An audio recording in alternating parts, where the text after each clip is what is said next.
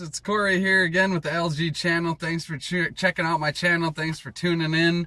If you haven't already, I'm always going to tell you, please subscribe below. And if you have not already, please also click the bell that you see below there. You can get notified instantly when I cut a new video and upload it. You'll get a notification from right on your email or YouTube, and you'll be able to see when I get new videos posted. So that's pretty cool and neat. Today I am going to talk about real estate is the general topic, but I'm going to talk about getting sued as a landlord. This is an interesting topic. It's happened to me.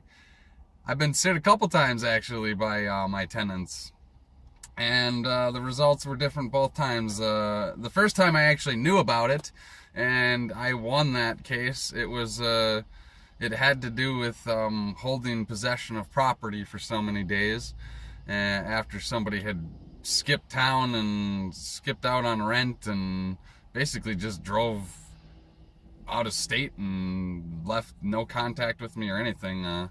Found out through some other tenants that they left and were headed down to find a job or something or other, but basically left all their stuff in one of my units, and so I had to hold on to it. And they never came back to get it. I warned them many times. I told them the laws, and eventually the time expired, which where they had to, so many days to pick up their things. I was holding them in another vacant unit. It cost me money at the time. I couldn't rent that other unit out because I had their stuff taking up space. But regardless, they actually sued me after the fact, and I won the case. It was pretty clear, cut and dry. I had clear email and text and phone records, and I keep pretty good record of anything I do with my real estate, tenants and issues, and so keep a journal. I guess I didn't really think of the three ways I was going to divide this video up, besides describing the kind of two ways that I was sued, and then some lessons learned kind of regarding those. So that was the first time I was sued, and I won that case. Basically, it just cost me some time, and like I said, the tenant was a bad seed to begin with, so got rid of the tenant, got rid of their stuff, and moved on with my life.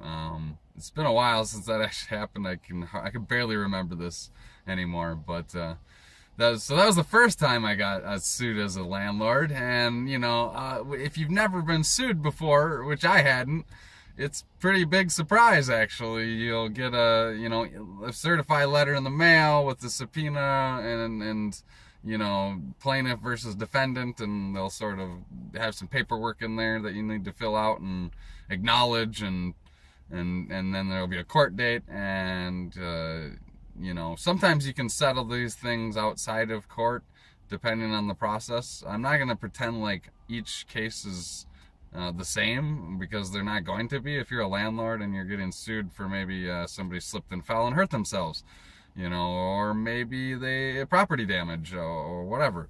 All these different cases are going to be unique. So I will get into some lessons learned and some advice. First advice is to always have a lawyer available.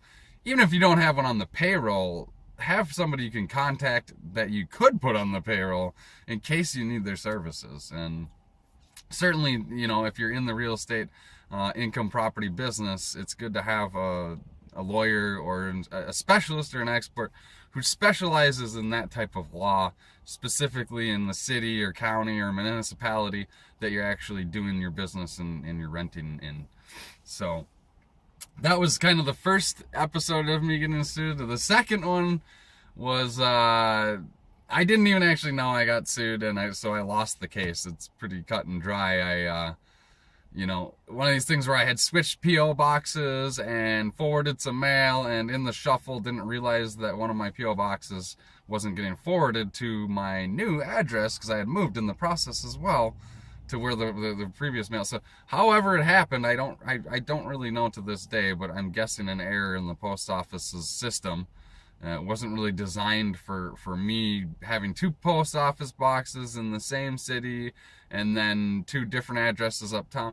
So it was a funny situation, but long story short, basically, what happened was I had gotten sued for a damage deposit because somebody had moved out.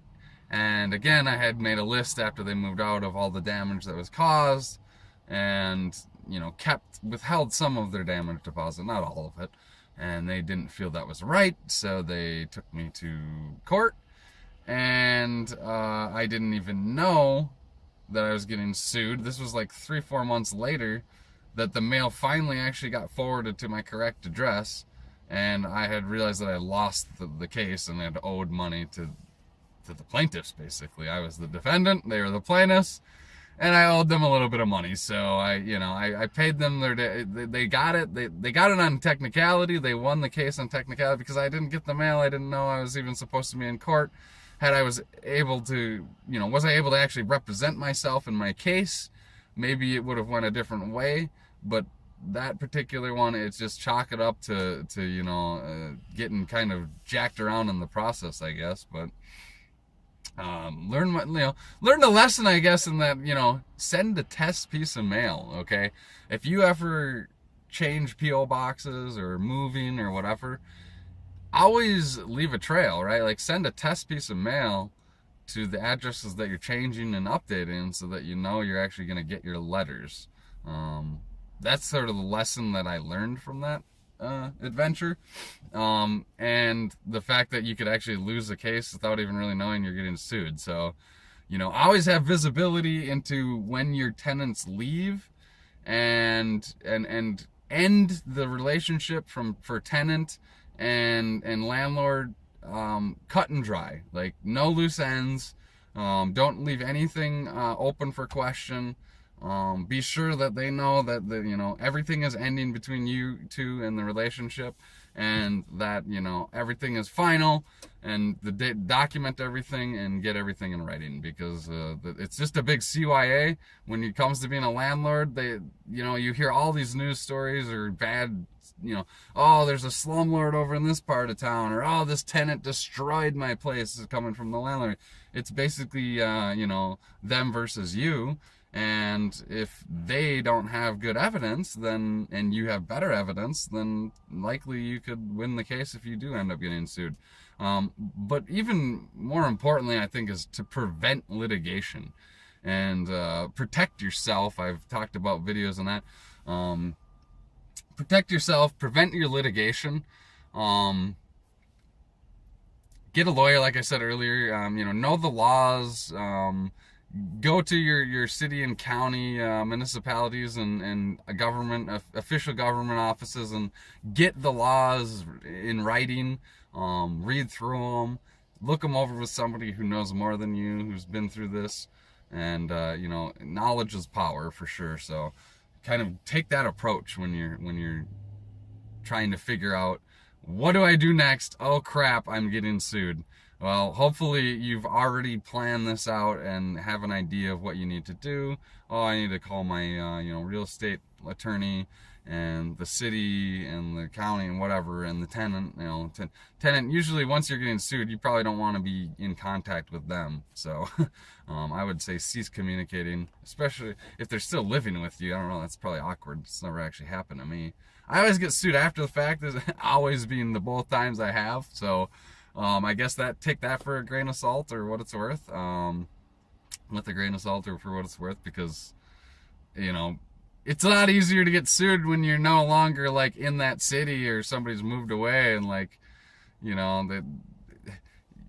usually you got to be around to go to court, so that might not happen. But in my case, both times they sued me, and for whatever reason, one time I lost, one time I won, but that's what happened. I think after the fact, it happened after the fact. But even better is to probably screen your tenants. Like I said, protect yourself, screen your tenants up front, so that you don't get the kind that are probably going to sue you.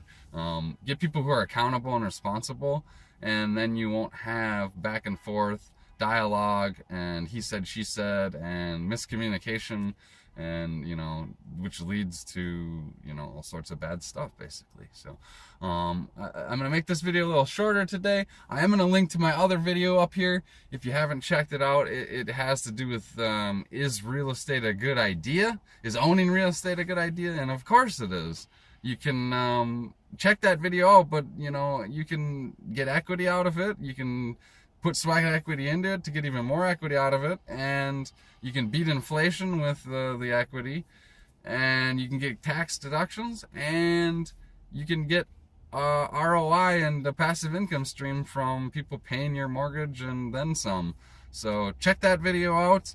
Again, I hope you guys enjoyed this content. If not, I'm sorry. I'll try to make better content, I guess. I can't please everybody though, I know that. So if you haven't yet, again, please subscribe to the channel below. Have a great day, guys. LG, baby, keep kicking ass. If you're thinking about real estate, watch my videos. Pick up some real estate. It's a good idea. It's gonna help you grow your opportunities and create success and create financial independence, which is what you want. So hope you have a great day. LG, talk to you soon.